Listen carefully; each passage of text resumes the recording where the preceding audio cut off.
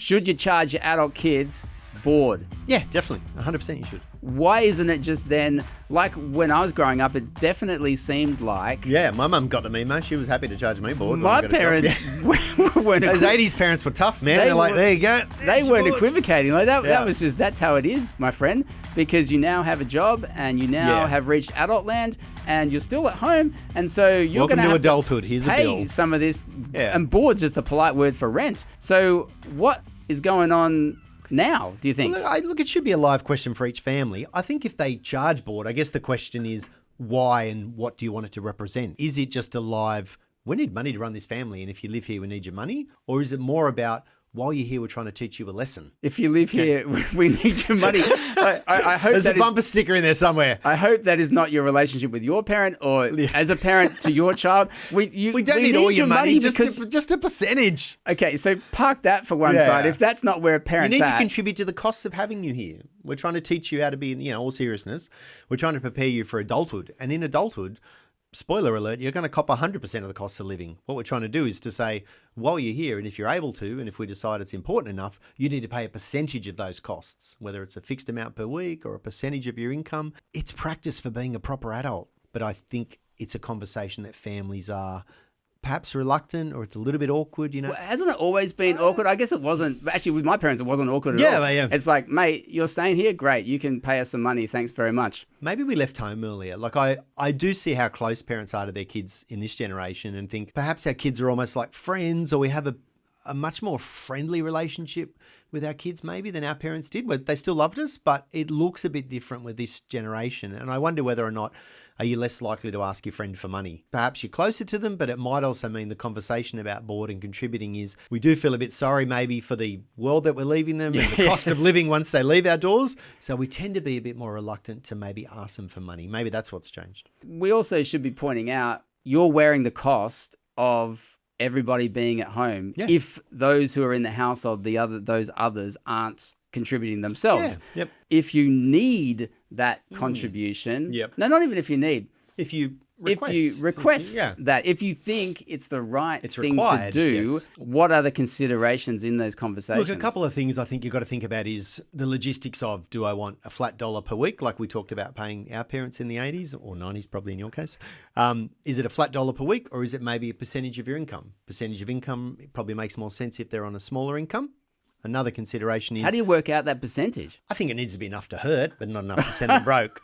So, it could be 10%. It could be 20%. I think it needs to be enough that it's a meaningful contribution, but still leaves them enough money. Also in line with other ratios of saving, for example, and discretionary spending and how much you're paying for that streaming service or that gym membership or whatever it might be, like taking into account other life factors, not just here's a straight up 30, 40%. Yeah, I don't think it needs to be that kind of charge, but I think it needs to be something reflective of their income, because you do need to think about what stage of life are these kids at when I'm asking them for board. So like say with our adult kids, we've said, look, while you're at uni and not working full time, there's no need for board. But when you finish that degree, if you're working full time, you are paying board. Yeah, that's what my there's a parents said sense to of me. supporting them through university and full-time study, because that means you generally can't make a full-time wage. So, that would be my approach. Other people might have something different. Before we move on to other considerations though, but mentioning that if on average it's 30% now of income that goes towards rent, shouldn't then parents be asking for 30% somewhat to teach that you're heading into the real world real soon? You are going to have to pay this at some point. It's not a bad idea. I mean, they're going to pay 100% of the cost. So somewhere above zero would be good. Yes. The 30% I would argue is a bit steep, but I have had a couple of clients and friends do a thing where they might have taken a flat amount or 30%, and they might have said, look, some of it covers costs, but some of it goes into a bit of a future fund, just like Australia's got a future fund. We might have a family future fund that comes back to you when you move out or get married or wanted a house. Yeah, because you can show some generosity of spirit as parents and caregivers towards your kids as you're thinking about, what they're contributing to the household. In this example, rent, board. Yeah. But within rent and board at home, it can be all expenses paid. Yep. So you're not contributing to the electricity or gas bill or whatever it might be. You're not necessarily even paying for the streaming services that you're using, even though, as you just said, when you move out and get on your own, you are 100% accountable for all of those things. It's a pretty sweet deal when you're at home. Look, it is. And I think the problem is you probably need to give them the runway into it. Whereas if you sort of say, we're down here cruising along paying zero, but one day here it's 100%, well, probably off the cliff really is a better metaphor. You're paying 100%. Well, really, we need to start ramping them up to say, pay your own phone, run your own car, pay your own insurance. We need to start getting them on that track before they get to paying 100% because they're not going to be ready for it. I'm quite staggered sometimes in conversations with friends or overhearing people talking about their adult kids and they're still paying for their phone, for example, and their adult child is working. Like, what?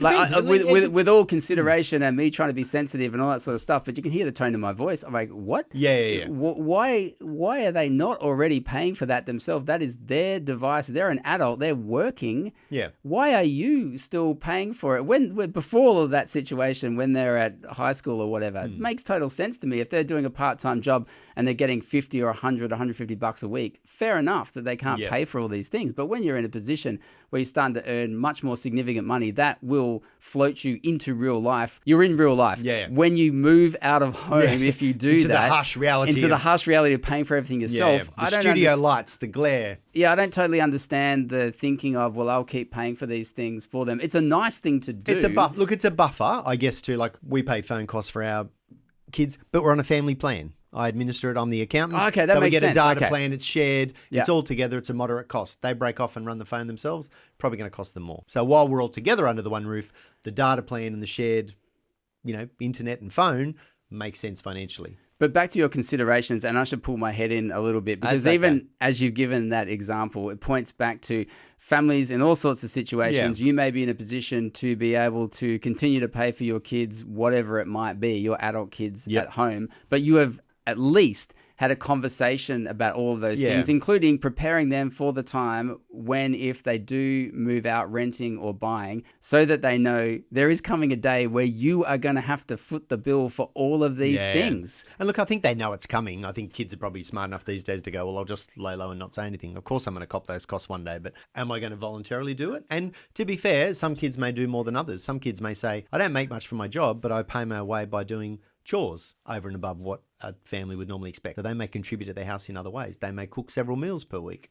They may do cleaning that's over and above what's expected. So contributions can look different. I do think in this day and age, with cost of living, money talks is probably financial contributions from kids who are working goes a long way to paying the bills. Do you reckon if it's a Christian household, the parents should just come in with honor your father and mother? Okay, I like it. Just drop some 10 commandments in there? Yep. And say, not just 10 commandments, that's in Ephesians chapter 5. It's not me, it's God. That's Old Testament, that's New Testament. That's like, this is the way that households go, relationships go.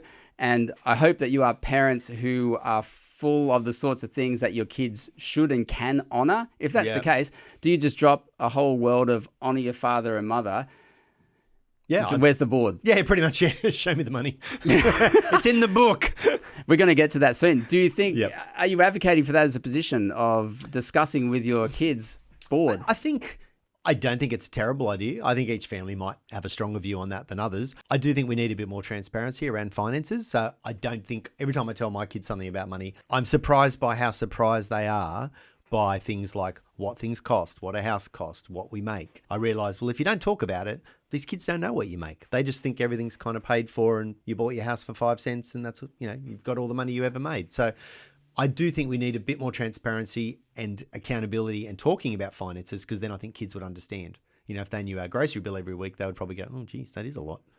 So you have been intentionally for, I don't know how long, talking about your kids with this. In something of a bid to prepare them? I think, look, probably, it's do as I say, not as I do. I probably haven't been saying that with them as much as I probably would have liked to, because ironically, for someone that spends all day talking about money and seeing other people's finances, I don't tend to want to do it when I go home. But I know that it works. You don't get any better about money by not talking about it. So I think there is something to be said for doing it. And I know as they get older and do get into the real world, we're going to have those discussions. That kind of approach, though, I think is a great falling out from the Bible talking about honoring your father and mother. If you are a father and mother that's worthy of honor, I hope that you are, you wouldn't just lay that down. Instead, you go, okay, well, in these relationships we have in our household, from that position, you would be then doing what you could to help your kids to get on with life and do whatever they're going to do, financially speaking, because you are someone who's worthy of honor and respect in the position you have, in the influential role that you have in their life. And oftentimes I think we can forget in Ephesians chapter 5, just after it quotes that 10 commandment, it also says, fathers, don't exasperate your children. Yeah. I can often put that to one side as I'm joking with my daughters about this Hey. hilarious stuff that you should see the look that they have on their face. You've probably seen it. I've You've had been 3 there. of them. I know that look. Oh, man. Right. That was enough about me. Yeah, I know. Before we get to Show Me the Money, what do you think kids should do, adult kids should do, to prepare themselves for this kind of conversation? Maybe the conversation has not happened in the household about paying board, and the parents, the caregivers are heading to, all right, Monday night, we're going to have this family discussion. Show me the money. Be a bit more nuanced than that. Yeah. What should adult kids do to prepare thyself? I think they need to perhaps understand the cost of things, and they need to do their own budgets. So they need to understand their own finances to say, well, if I make $200 a week in my part-time job at the moment, I'm 100% spending that on discretionary spending, unless I'm saving. If mum and dad ask me for 10% of that, which is $20 a week, very reasonable amount, doesn't go close to covering the cost of having you there. If mum and dad ask me for that $20 a week, I need to get my head around the fact I can't spend that. I need to pay it to mum and dad. So I think they need to prepare themselves to say, I've now got a bill. Now, it's for things I've already enjoyed, but I need to start paying that bill. So it's basically getting a teaspoon of cement, really.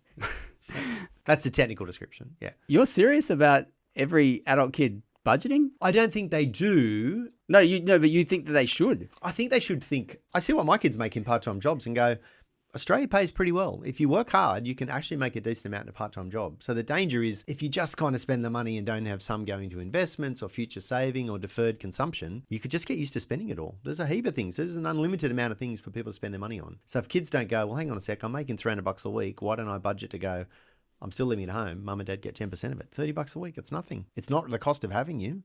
That's way more than that. So what's $30 a week? Okay, Pete, as you said to your kids, show me the money. I think show me the money is, if you don't pay board, one day you're going to have to go from 0 to 100% of life costs. So guess what? Something above 0 and less than 100% while you're at home is a bargain. You should pay your parents' board if they ask for it. But we're also speaking there, obviously, to the parents and the caregivers as well, that they also should surely recognize that their adult kids will get to that point where they go from 0 to 100%. They so will. It's therefore not just on the kids to work that out. It's on the parents, really. I guess it's on the homeowners, the mum and dad, that deserve the honour. It's on, I guess, the runners of the house and the payers of the bills to say, guys, there's bills, there's a cost, we're all living here. If we all make income, how can we contribute to the best running of the house and what's fair? If you've got all sorts of questions, we would love to hear them. Input, feedback, pushback, whatever it might be. On this, maybe you don't want to charge your adult kids board.